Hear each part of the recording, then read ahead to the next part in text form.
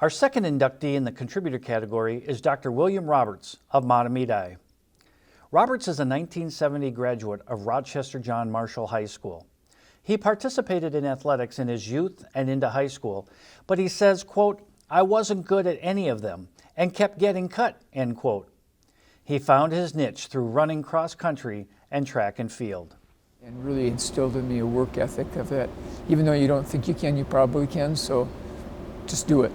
And we trained hard and had fun. And I have great memories of the school. I think it prepared me for college and life. In addition to a work ethic developed during high school, Roberts credits his parents and grandparents for instilling a volunteer spirit where he would give back while having fun at the same time. He found that in his work with the Minnesota State High School League. Dr. Roberts is internationally recognized for his leadership and advocacy for the health, safety, and well-being of student athletes. He is one of the founding members of the League's Sports Medicine Advisory Committee and still serves as the chair.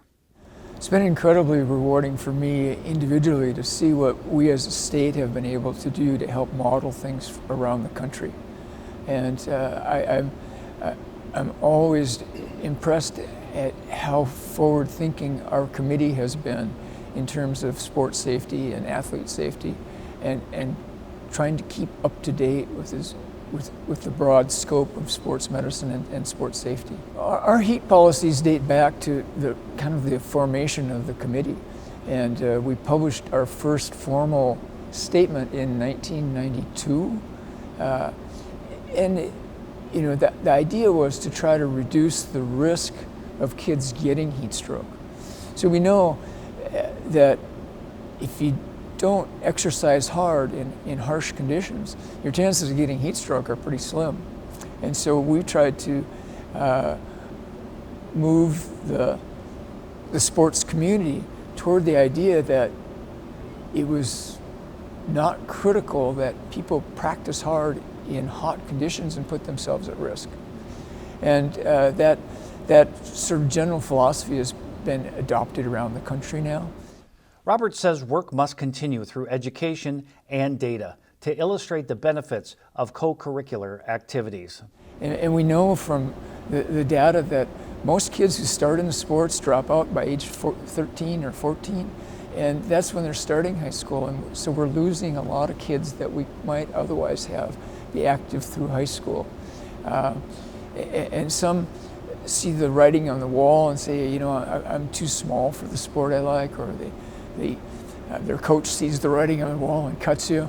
But they're all learning experiences, and having had a role in helping shape some of the policies that I think make the sport safer in Minnesota is the legacy that I'd like to leave. You know, I think if you poll athletes, you find that what they really want is fun. They want to have fun. And sport without that kind of hammer over your head that you're going to get punished if you don't do things exactly right or the way the coach expects them to be done, makes it more fun for kids. And I had great fun playing sports, and I hope that kids now and in the future have the same kind of fun that I had. I hope nobody ever gets cut like I did, but you know, it's part of life. And whether you're competing for a spot on the team or competing to get into college, or like I did into medical school, you're going to be disappointed.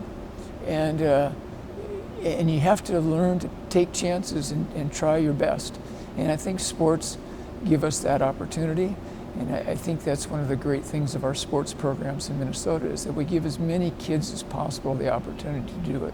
I like to think that I've helped make sports safer for kids, and tried to put an emphasis on participation and lifelong participation. One of my goals in medicine is to look at exercise as a preventive measure for